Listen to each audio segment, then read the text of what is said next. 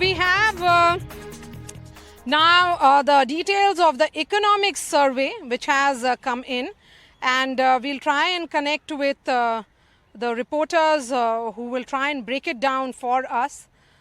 So the details of the Economic survey which are there with us essentially talks about how the economy is on a stable and strong wicket. And as far as other parameters are concerned, be it job creation, the Economic survey has responded to it. It has also said that there is a surge in agriculture employment, which is partly explained by reverse migration and the entry of women into the labor force in rural India. It has gone on to talk about, it has essentially talked about other aspects, and the private sector capital information has been at a slower pace, but the total number of factory jobs has grown substantially and has grown annually by 3.6% between financial year 14 and 2022. Let me bring in Sanchita. Sanchita, a big takeaway according to you in this Economic survey?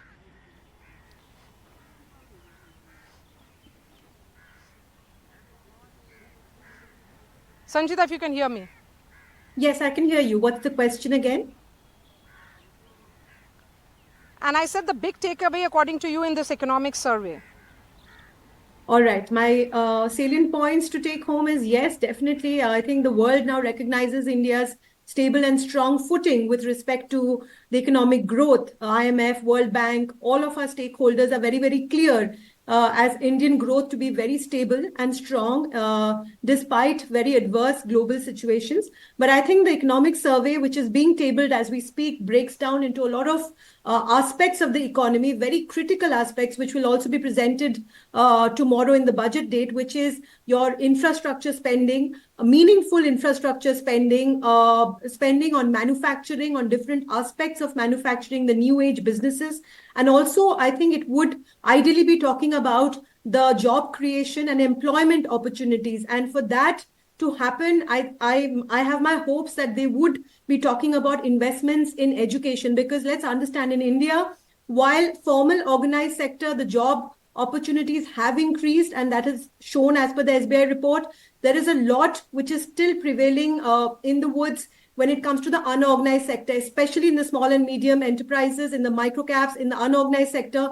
There are pockets of unemployment. In fact, there are pockets of structural unemployment. You know, I was just reading a report a few days back which stated financial services industry, you know, the industry that I'm a part of, had created last year 46.86 lakh jobs, and only 27.5 lakh people were placed, which clearly shows that 18 lakh jobs went vacant because the skill set wasn't there. You know, there's no skill-based, project-based education. So hoping that the Economic survey tables this as well, looks at the healthcare investments, the education, along with infrastructure, manufacturing, defense manufacturing, overall growth of the economy.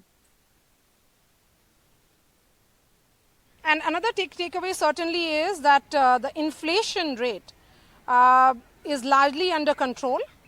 And although the inflation rate of some specific food items is elevated, Sakshi, who tracks finance ministry for us, is also joining us. Sakshi, the big takeaways of the Economic survey according to you?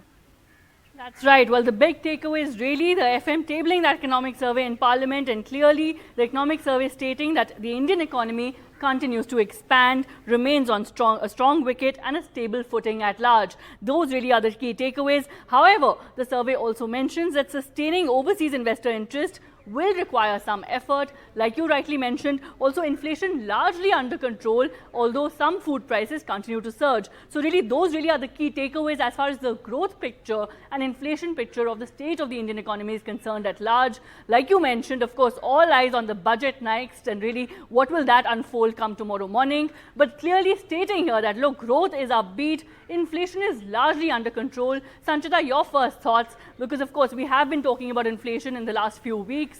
Your first thoughts on the acknowledgement on inflation and food prices surging in particular. Thank you so much, Sakshi. Yes, definitely. I think inflation is something that the government as well as the RBI is very, very watchful upon. because as we did not really predict, the monsoons have been uneven across states. Some states have gotten so far in excess of the monsoon, and some states haven't are in deficit. So it has been an uneven distribution, which clearly and directly affects the food prices. So yes, I think the central bank would be very mindful of that fact. Budgetary expectations, like you rightly mentioned, along with the economic survey, I have 5 points.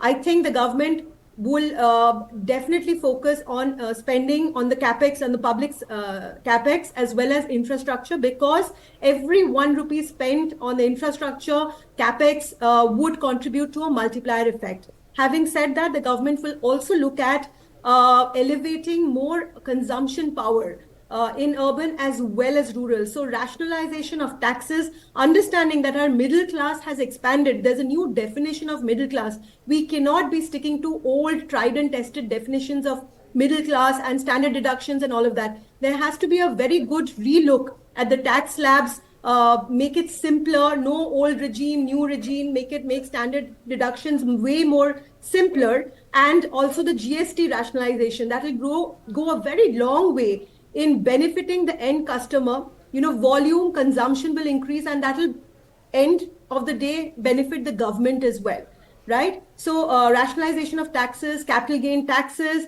infrastructure spending, focus on education and healthcare. Now, if you're talking about a long road in which we have to double our GDP from 4 trillion economy to an 8 trillion economy, we can only do that if we have skill-based education system, healthcare system, which caters to employment opportunities in the long run. One important aspect which the government has been largely speaking about is essentially that there are employment opportunities being generated, but it is not being calculated by the CMI data.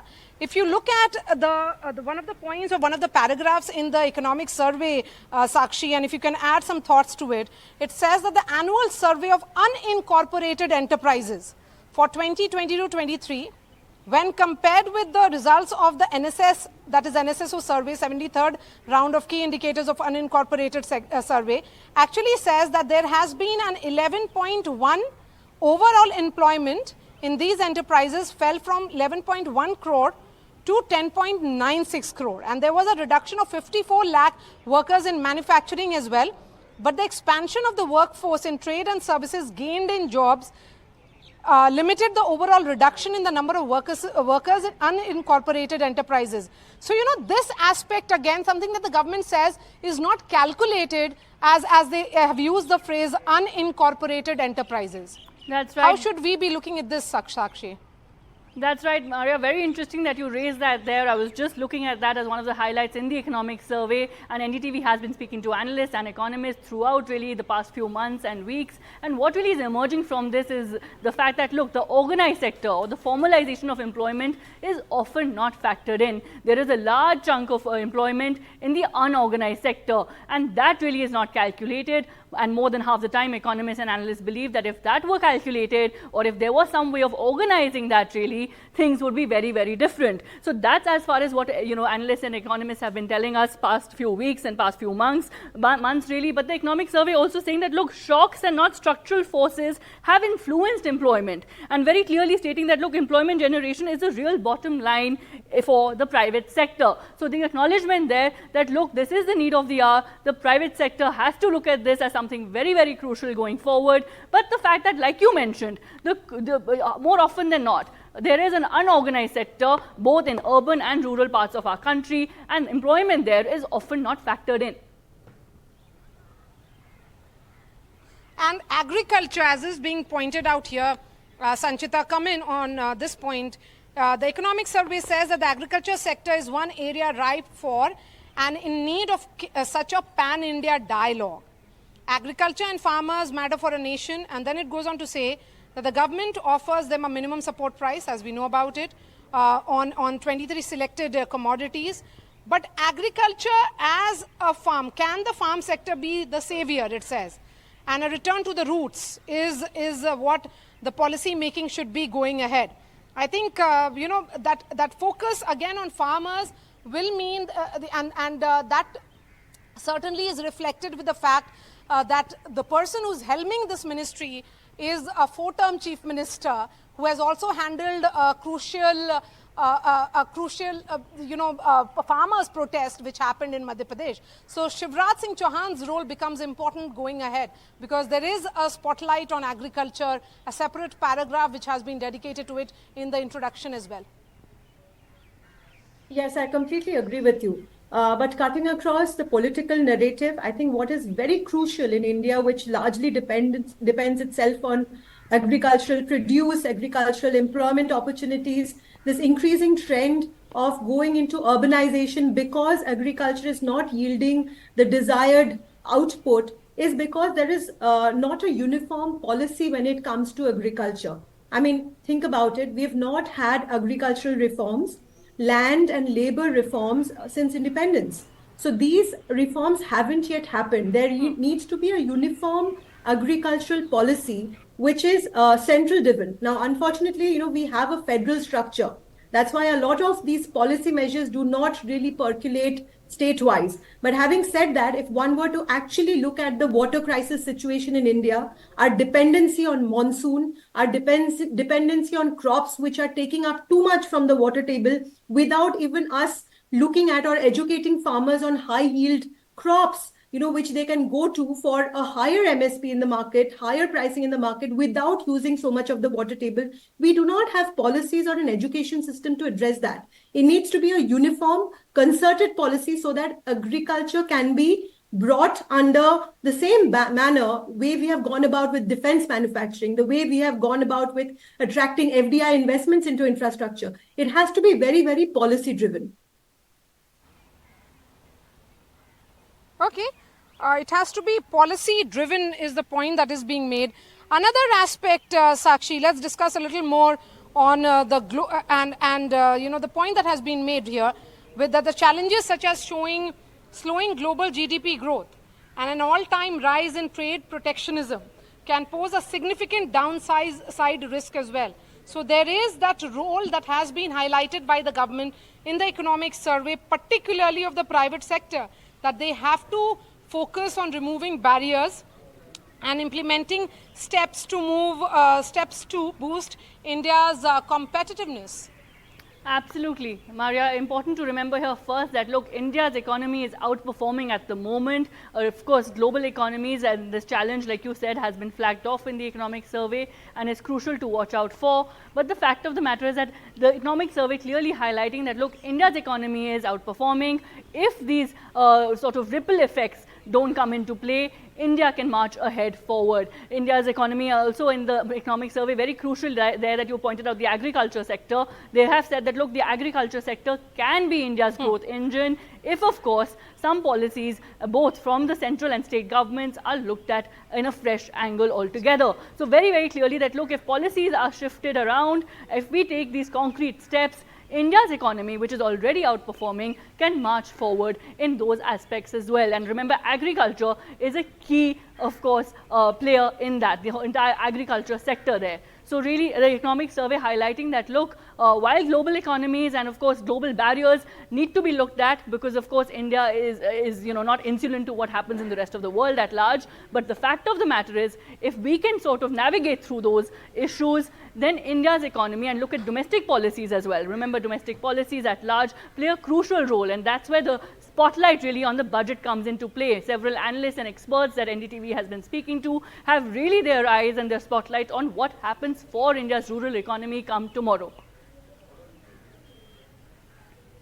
All right.